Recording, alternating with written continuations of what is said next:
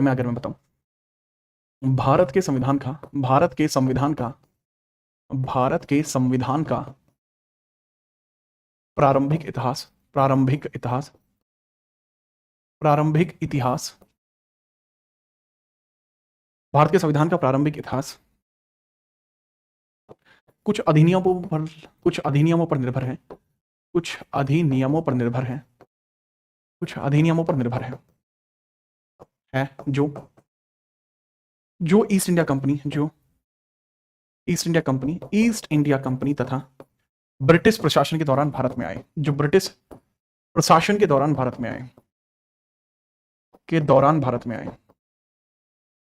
के दौरान भारत में आए में आए ये कुछ एक ऐसे ही प्रकार के अधिनियमों पर निर्भर करेगा, कुछ एक ऐसे ही प्रकार के अधिनियमों पर निर्भर करेगा।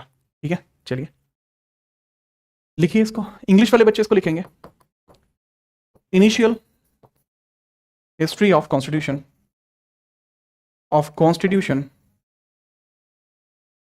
depends on acts that came during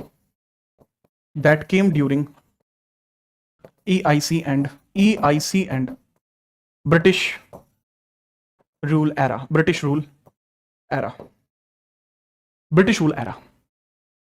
ठीक है, यस। तो ये चीज यहां पर मैंने स्पष्ट की है। इसके बाद मैंने बताया कि चलो ठीक है, ये तो मैंने आपको बता दिया कि भारत के संविधान के अंदर किस प्रकार से निर्भर करेंगे।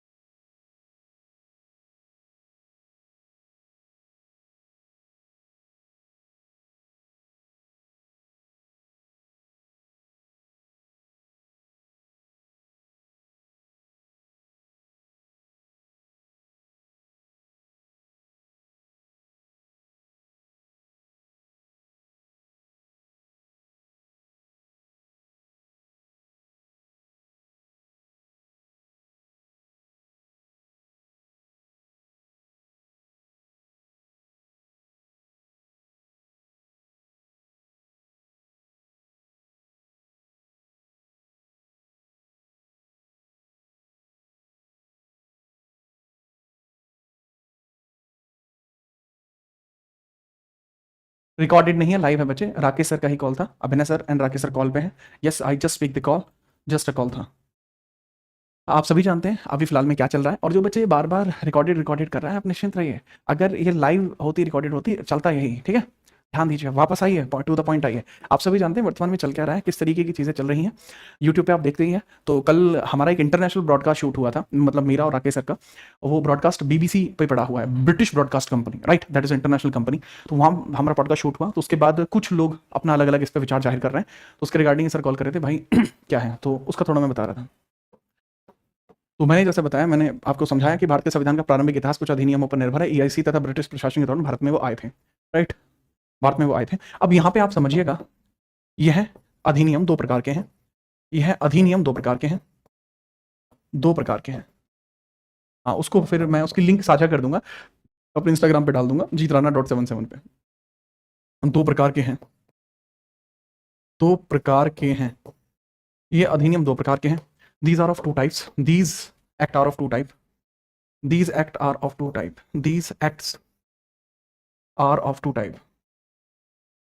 types. ये अधिनियम दो प्रकार के हैं। These acts are of two types. ये अधिनियम कितने प्रकार के हैं बाबू? दो प्रकार के हैं।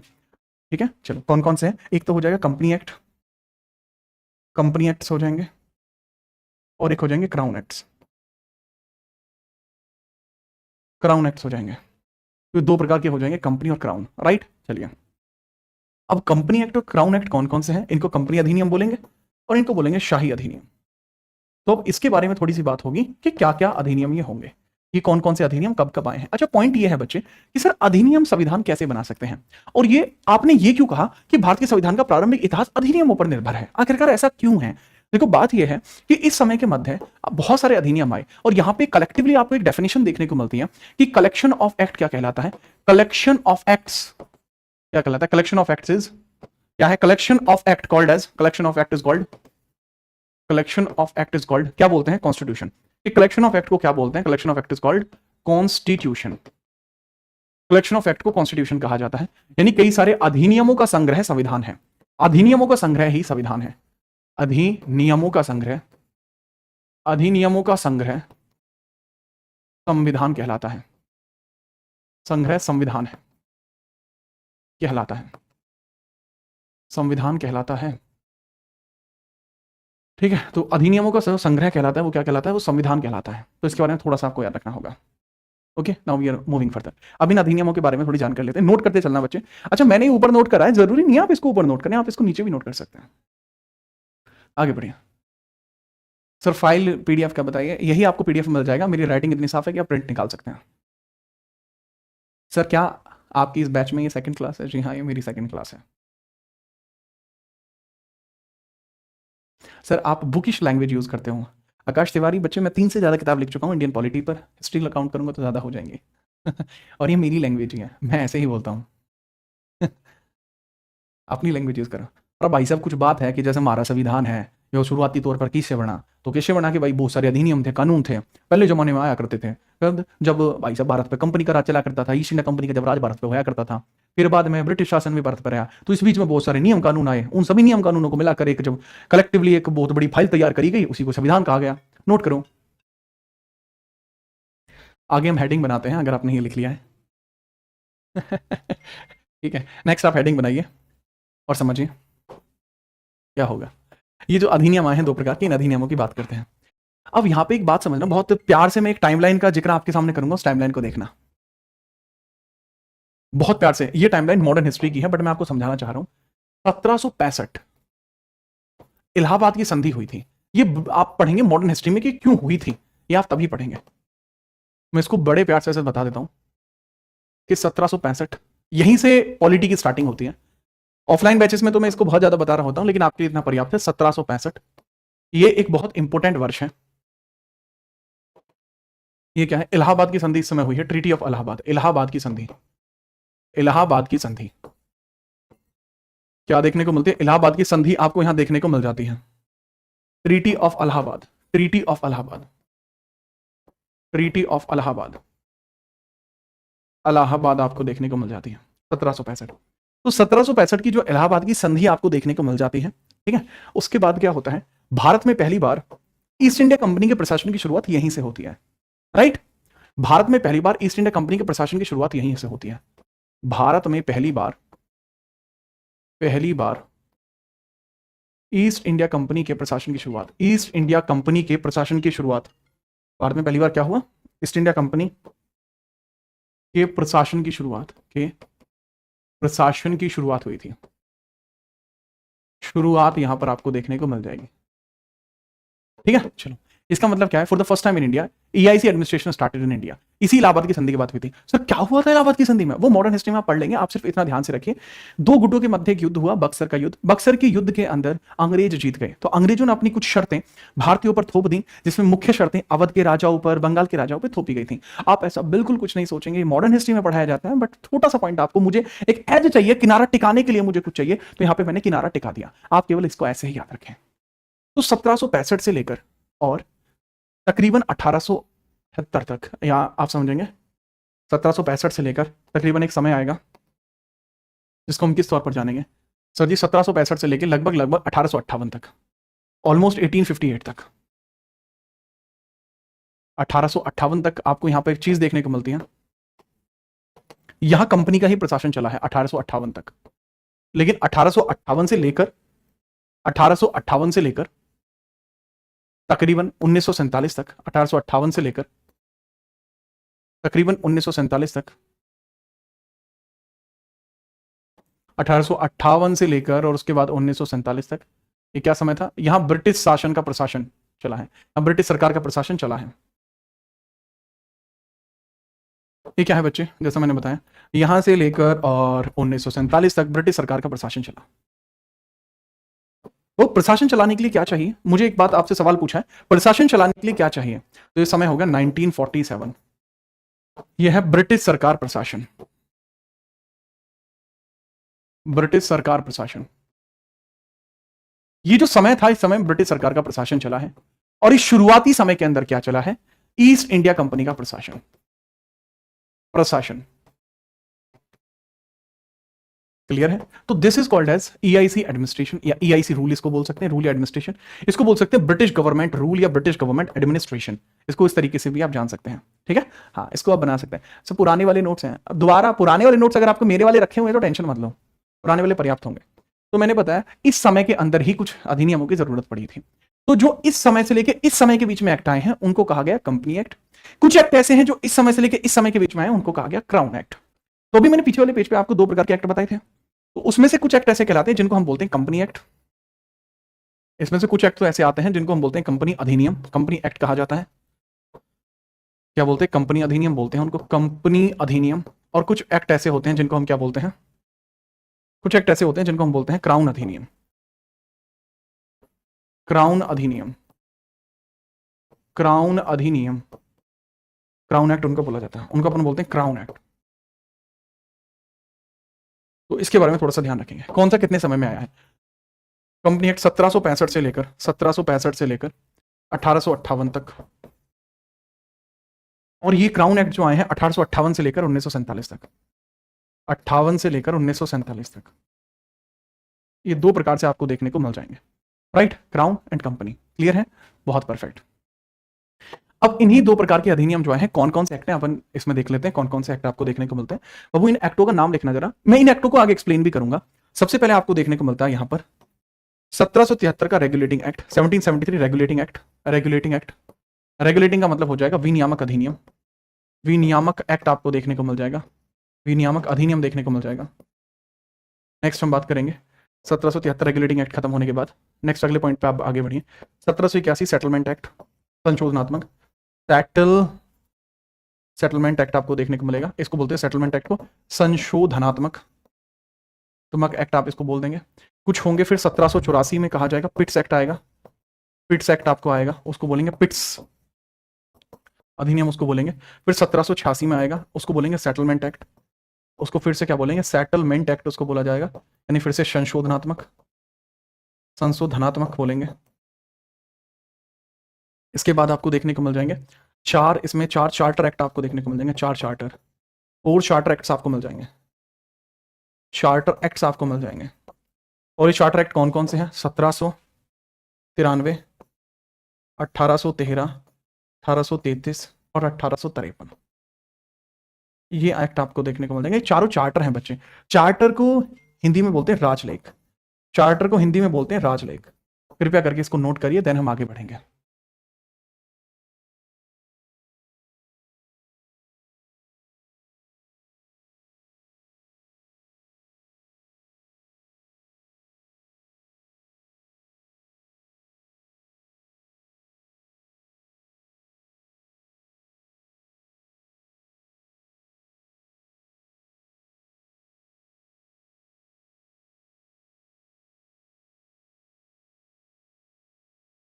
थोड़ा ध्यान से फटाफट से इसको नोट करिए।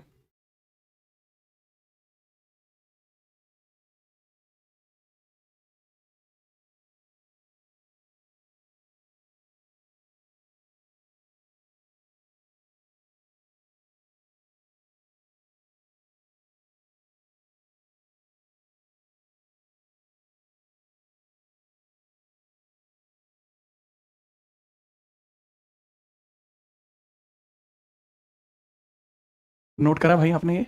चलिए यूनेस्को का पढ़ेंगे। अबे तुम यूनेस्को की पढ़ रही है, पहले इसे ध्यान तो दे रही नहीं हो, हाँ छोड़ दूंगा। तो दिल्ली पुलिस के लिए डीएल कितना पुराना चाहिए? अरे भाई डीएल होना चाहिए, पुराने का क्या है, जब फॉर्म के फाइनल डेट हो उससे पहले का चाहिए। ये नोट कर लिया ना? ओके नेक्स्ट आगे बढ़िए। यूनेस्को और मेरे यूट्यूब पे पड़ा हुआ है, वो देख लो। अब यहाँ ध्यान दे लो बाबू, आप इधर पॉलिटी पढ़ रहे हैं ना, देन फोकस ऑन पॉलिटी। अच्छा आगे मैं इनको समझाऊंगा एक एक एक्ट को कि इसमें इसमें क्या हुआ, इसमें क्या हुआ, इसमें क्या हुआ, इसमें क्या हुआ, इसमें क्या हुआ, इनमें क्या हुआ, वो चीज हम लोग आगे पढ़ेंगे। ठीक है चलिए, अब यहां आपको पता लग चुकी है कि यहां पे आपको अंतर पता लग चुका है कि कौन सा अधिनियम क्या है, कौन सा अधिनियम कैसे है। लाइक आपको पता लग गया कि अधिनियम कैसे आए हैं। अब हम बात करते हैं क्राउन एक्टों के बारे में। तो क्राउन एक्टों में सबसे पहले आपको जो देखने को मिलते हैं क्राउन एक्ट्स, उनकी तरह आप यहां पर सूची रेडी करेंगे तो वो आप मुझे बताएंगे किस प्रकार की उसकी सूची रेडी होगी। बताइए सर जी। बताता हूं, सबसे पहले आपको पता लगेगा क्राउन एक्ट के बारे में। पहला क्राउन एक्ट देखने को मिलेगा 1858 भारत शासन अधिनियम। 1858 भारत शासन अधिनियम, भारत शासन अधिनियम। गवर्नमेंट ऑफ इंडिया एक्ट आपको देखने को मिल जाएगा, इसको हम क्या बोलते हैं, government of India act. Government of India act देखने को मिल जाएगा, गवर्नमेंट ऑफ इंडिया एक्ट आपको देखने को मिल जाएगा। क्लियर है, चलो क्लियर। इसके बाद आपको देखने को मिल जाएगा 1858 के बाद 1861 देखने को मिल जाएगा, जिसको हम बोलेंगे भारत परिषद अधिनियम। भारत परिषद अधिनियम देखने को मिल जाएगा, अधिनियम आपको देखने को मिल जाएगा, जिसको हम बोलते हैं India council act. India council act इसको बोल देंगे, काउंसिल एक्ट इसको बोल देंगे। फिर आपको देखने को मिल जाएगा 1892, जो कि भारत परिषद अधिनियम ही होगा।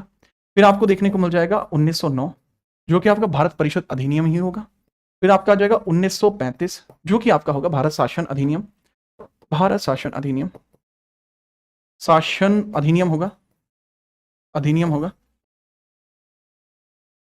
गवर्नमेंट ऑफ इंडिया एक्ट आपका होगा, इंडिया एक्ट आपका होगा, इंडिया एक्ट आपको देखने को मिल जाएगा। और बच्चे फिर आपको देखने को मिल जाएगा 1919 आएगा पहले, ओफो लो जी भैया, 1919। फिर 1935 भारत शासन अधिनियम होगा। फिर 1942 ये क्रिप्स ऑफर होगा आपका, क्रिप्स प्रस्ताव या क्रिप्स ऑफर इसको बोलेंगे, क्रिप्स प्रस्ताव या क्रिप्स ऑफर आप इसको बोलेंगे, क्रिप्स ऑफर, क्रिप्स ऑफर होगा।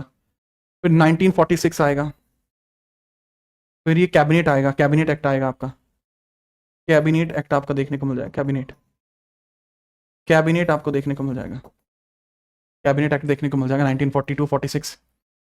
1947 इंडिया इंडिपेंडेंस एक्ट।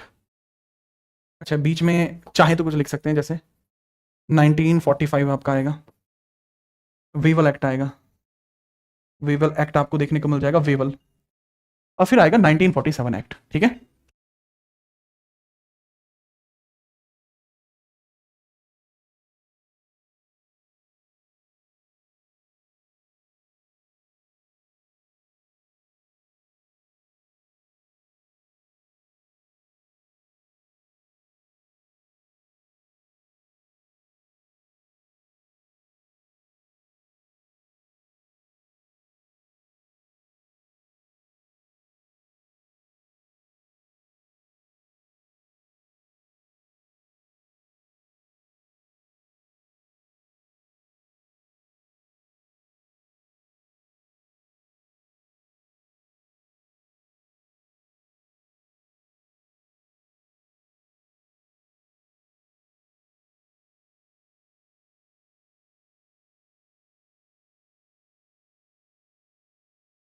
ठीक है चलिए। एक बच्चा कह रहे सर पूरे एक इन सब एक्ट में क्या थे, ये कौन बताएगा गुरुजी? कमाल कर दिया शिवम कुमार। मुझे बाबू सुनो मेरी बात ध्यान से, ये मैं खाली एक फ्रेम रेडी करके दे रहा हूँ कि हम आगे आने वाले टाइम पर इन सबको पढ़ेंगे। ठीक है, आजकल लोगों में मतलब वो होता है ना कि वो खो चुके हैं, अपना आपा खो चुके हैं उन्हें यही नहीं पता कि हाँ अभी तो सर ने इसको बताना शुरू किया है कि अभी तो खाली एक इंडेक्स रेडी हुआ है, इसके ऊपर काम होगा, पर नहीं तुम्हें अभी चाहिए कि 1858 में क्या था ये कौन बताएगा फूफा जी आ रहे हैं बताएंगे अभी भारत स्वतंत्रता अधिनियम, इंडिया इंडिपेंडेंस एक्ट आता है, भारत स्वतंत्रता, स्वतंत्रता, स्वतंत्रता एक्ट, स्वतंत्रता अधिनियम, इंडिया इंडिपेंडेंस एक्ट यहां पर आपको देखने को मिल जाएगा, इसको हम बोलते हैं इंडिया इंडिपेंडेंस एक्ट। तो अब हम इन सभी अधिनियमों के बारे में जानेंगे, राइट। और इसमें हम सबसे पहले किसके बारे में पढ़ेंगे बच्चे? 1773 रेगुलेटिंग एक्ट। तो पहले हम पढ़ेंगे इसके बारे में, जानेंगे इसमें क्या हुआ, देन सेटलमेंट एक्ट में क्या हुआ, देन पिट्स एक्ट में क्या हुआ, देन इसमें क्या हुआ, इसमें क्या हुआ, इसमें क्या हुआ, एक एक एक्ट को जानते चले जाएंगे। इसको पूरा पढ़ने में तकरीबन तकरीबन 8 दिन का समय लगता है, और इस चीज को हम पूरा पढ़ पाएंगे 8 दिन में। सर इनको एक बार ऑफलाइन जैसी धमकी दे दो, तुम ऑफलाइन वाले स्टूडेंट हो गया ठीक है जो ऑफलाइन वाले बच्चे हैं वो तो जानते हैं मुझे, मैं क्या करता हूँ। नहीं नहीं, मैं बढ़िया आदमी हूँ भाई, मैं धमकी नहीं देता। कौन से बैच में हो तुम ऑफलाइन में, ये बताओ विनय। चलिए आगे बढ़िए। फटाफट बताओ।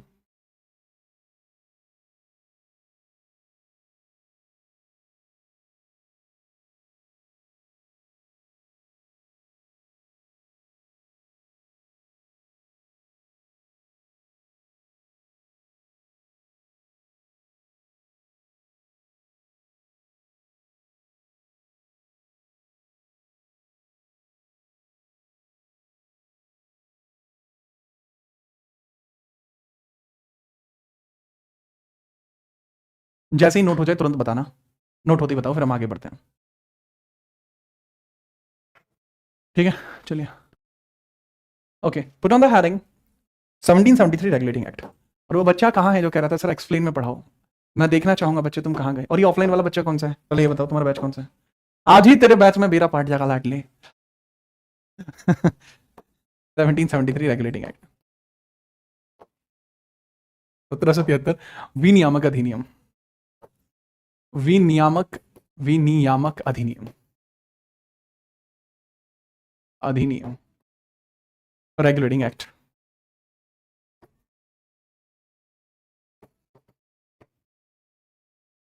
तो जो रेगुलेटिंग एक्ट की हम बात कर रहे हैं उसको थोड़ा सा समझिएगा। इसमें क्या होता है, पूछा जाता है ठीक है कि भाई ये जो रेगुलेटिंग एक्ट है, रेगुलेटिंग एक्ट है, जब ये आया उस समय ब्रिटेन का पीएम कौन था? फटाफट बताइए, ब्रिटेन का पीएम उस समय कौन था? अच्छा एक बात तो मैंने आपको बताई नहीं, आपने पूछी नहीं इसलिए मैंने बताई नहीं, चलो मैं बता देता हूँ। ये इन दोनों में ना अंतर, जो मेजर अंतर है इन दोनों एक्टों में, जो मेजर अंतर है वो मेजर अंतर क्या है वो ध्यान से समझना एक बार, यहीं पे समझ में आ जाएगा आपको। वो कुछ इस प्रकार से आपको समझ में आएगा कि ये वाला जो एक्ट है, ये वाला जो एक्ट है, ये जो कंपनी अधिनियम है, वो कुछ इस प्रकार से आपको याद रखने हैं कि ये एक, ये क्या बना, कुछ तो बना है, ये कुछ तो बना है, क्या है वो अभी आपको पता लगेगा। ये कुछ तो बना है,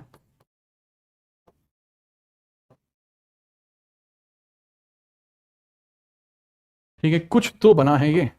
इन दोनों एक्टों में सबसे बड़ा जो आप देखेंगे ना, जो सबसे बड़ा मेजर चेंज है कि यहां पे जो ब्रिटेन गवर्नमेंट है, ये ब्रिटेन का फ्लैग है, यहां पर जो ब्रिटेन गवर्नमेंट है इस अधिनियम को भेजती थी ईस्ट इंडिया कंपनी के लिए, और ईस्ट इंडिया कंपनी इसको लागू करती थी किस पर? भारतीय लोगों पर इसको लागू करती थी, भारतीयों पर। बट ऐसा यहां पर नहीं है।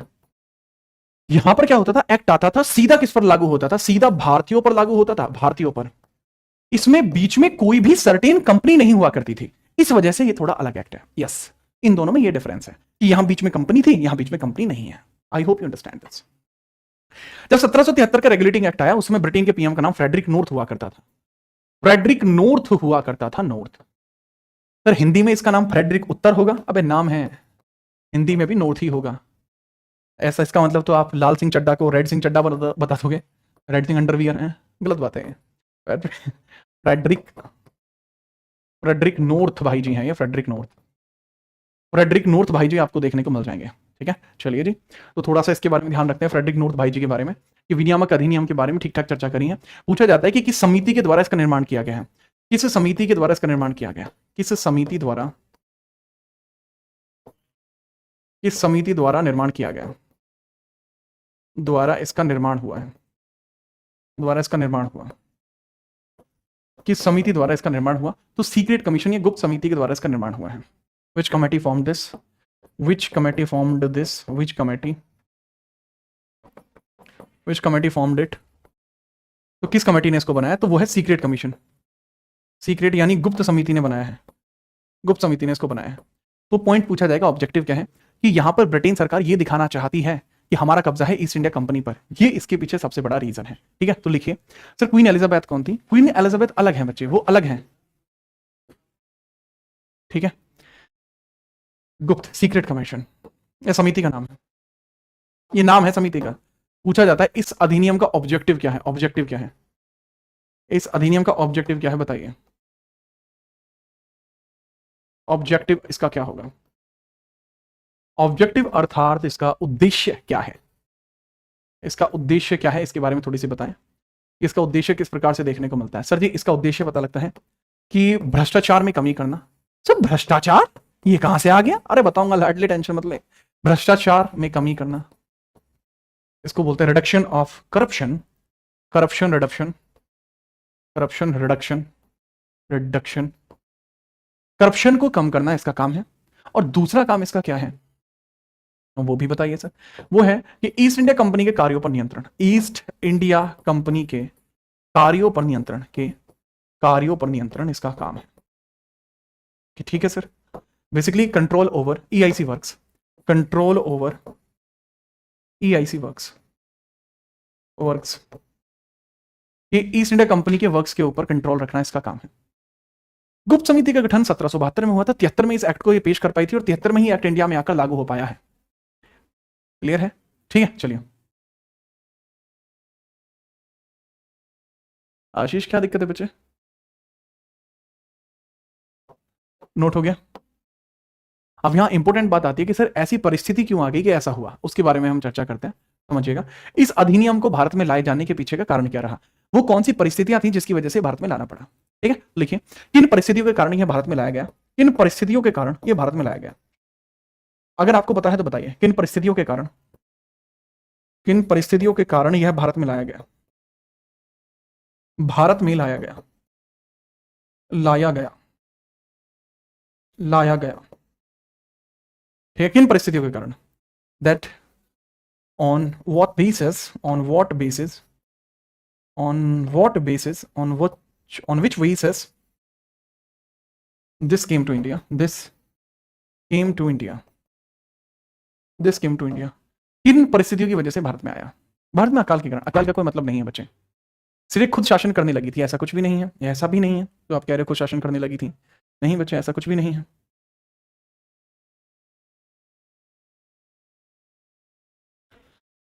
सर बंगाल में भूखमरी एक रीजन है। अच्छा, टू कंट्रोल इंडिया, जरूरत क्या पड़ी बच्चे, इसके पीछे का कारण हम अगली स्लाइड पर जानेंगे। अगर नोट हो गया है तो बताइए, फिर हम अगली स्लाइड पर चलते हैं। अच्छा, मैं स्लो तो नहीं चल रहा हूं? जो बच्चे मेरे से पढ़ चुके हैं उनको तो चलो मैं स्लो लग सकता हूं, क्योंकि मैं पहले तेज पढ़ाता था, मैं स्लो पढ़ाता हूं। लेकिन मुझे बताइए, जो नए बच्चे हैं, क्या उनको ऐसा तो नहीं लग रहा मैं स्लो चल रहा हूं? एक बार बता देना, क्योंकि ये मेरा स्लोएस्ट है, इससे अधिक स्लो नहीं हो सकता, ये स्लोएस्ट है मेरा। हाँ, कंपनी शासन खुद कर रही थी, ब्रिटिशर्स को पता नहीं था कि बंगाल में क्या हो रहा है, ऐसा कुछ नहीं है। ब्रिटिशर्स पैसा लेते थे हर साल, पैसा ही पैसा होता था।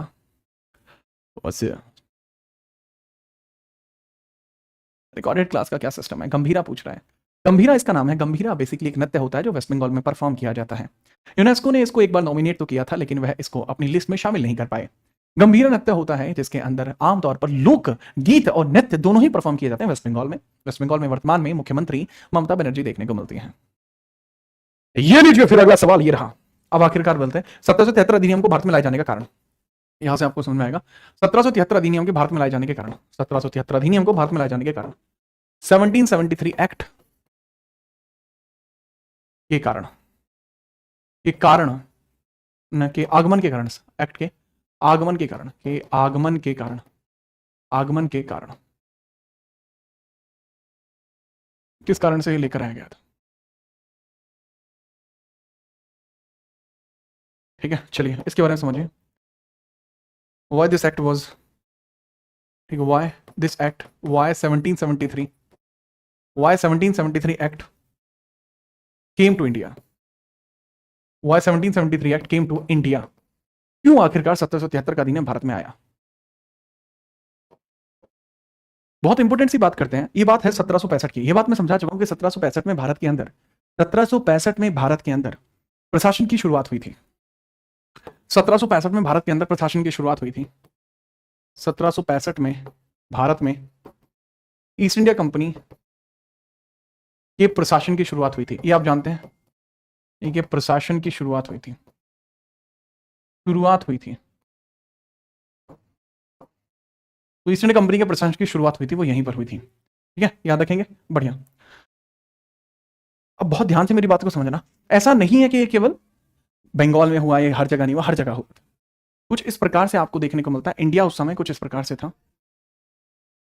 At that time India was something like this.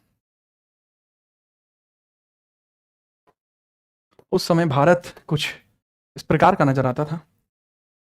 Pakistan भी भारत में ही था, अफगान भी भारत में ही था, और उधर म्यांमार भी भारत में ही था। तो ब्रिटिशर्स का कब्जा भारत में 3 स्थानों पर अलग अलग हो रखा था। यहाँ मद्रास में ब्रिटिशर्स का कब्जा था, यहाँ बंगाल में ब्रिटिशर्स का कब्जा था, और यहाँ महाराष्ट्र में ब्रिटिशर्स का कब्जा था। ये 3 प्रेसिडेंसी आपको देखने को मिल रही थी, ये 3 प्रेसिडेंसी आपको देखने को मिल रही थी। लेकिन इसमें जो मेन प्रेसिडेंसी थी वो कौन सी थी सर? इसके अंदर जो ये आप देखते हैं बंगाल प्रेसिडेंसी मेन प्रेसिडेंसी थी। बंगाल प्रेसिडेंसी मुख्य प्रेसिडेंसी थी। बंगाल प्रेसिडेंसी, बंगाल प्रेसिडेंसी मुख्य प्रेसिडेंसी थी, मुख्य थी। बंगाल प्रेसिडेंसी क्या थी? मेजर थी। It was a major presidency, ये मेजर थी, मेजर प्रेसिडेंसी थी, मेजर थी, मेजर। सबसे अधिक जरूरी मुख्य प्रेसिडेंसी आपको कौन सी देखने को मिली थी? बंगाल प्रेसिडेंसी। ठीक है, चलिए अब बंगाल प्रेसिडेंसी के अंतर्गत ही सारा कुछ शामिल हुआ। तो यहां ईस्ट इंडिया कंपनी के प्रशासन की शुरुआत हुई थी। ये प्रशासन की शुरुआत बंगाल से ही हुई थी। इस प्रशासन की शुरुआत बंगाल से हुई, इस प्रशासन की शुरुआत बंगाल से हुई, इस प्रशासन की शुरुआत, इस प्रशासन की शुरुआत, इस प्रशासन की शुरुआत बंगाल से हुई थी। इस प्रशासन की शुरुआत बंगाल से हुई थी, बंगाल से हुई। इस प्रशासन की शुरुआत बंगाल से हुई, राइट। चलिए, तो इसके बारे में पॉइंट होता है ये, administration was started from Bengal. तो मैं आपको थोड़ी सी बात बताता हूं। इस एक्ट की वजह से ही 1765 के बाद ही बंगाल में एक पद बनता है जिसका नाम क्या था? Governor of Bengal. तो ये मैं बताना चाहूंगा कि 1765 के अंदर ही बंगाल में एक पद बना था जिसको कहा जाता है गवर्नर ऑफ बंगाल का पद। इसी वर्ष में यहां बंगाल के गवर्नर का पद बनाया गया, बंगाल के गवर्नर का पद बनाया गया, गवर्नर का पद बनाया गया, गवर्नर का पद बनाया गया, बंगाल के गवर्नर का पद बनाया गया। The post of governor of Bengal was created. और इस पद पर बैठने वाला प्रथम व्यक्ति कौन बना? Robert Clive. Post of governor of Bengal created. कौन आदमी था पहला? क्रिएटेड। अब वो यहां पे मचांड मचाएगा। और इस पद पर बैठने वाला प्रथम व्यक्ति कौन था? Robert Clive. क्लाइव नाम का जो आदमी है वो इस पर बैठने वाला पहला व्यक्ति बना। रॉबर्ट क्लाइव नाम का व्यक्ति इस पर बैठने वाला नहीं, no no no no, that was not Warren Hastings बच्चे, वो गवर्नर जनरल था, वो 1773 में बना है। ठीक है, ये पुरानी बातें चल रही हैं लल्ला। सर क्या हिस्ट्री और पॉलिटी में कॉमन है? बाबू हिस्ट्री का जो पॉलिटी का पहला यूनिट है वो हिस्ट्री का आखिरी यूनिट है, वहीं से कनेक्टिविटी होकर हमें आगे बढ़ना होता है। मैं वर्ल्ड हिस्ट्री पढ़ा रहा होता हूँ, मैं एंशिएंट हिस्ट्री पढ़ा रहा होता हूँ, मेडाइवल मॉडर्न हिस्ट्री पढ़ा रहा होता हूँ। यस, वर्ल्ड हिस्ट्री बाबू यूपीएससी के लिए आती है, आपके लिए नहीं आती। अगर आपने पढ़ लिया है तो मुझे एक बार बता दीजिए, और अगर आपने अभी मेरा जो है सर इंग्लिश में बोलिए, there is no kind of issue for me for speaking in the English as well. I hope you understand the things. If you had understand all the things, then we'll move further and we'll meet you tomorrow. यदि आप इन बातों को समझ चुके हैं तो इनको note कर लीजिए। आपसे कल मुलाकात करेंगे सीधी और समग्र ऊर्जा के साथ। ठीक है भाई, आगे चलें।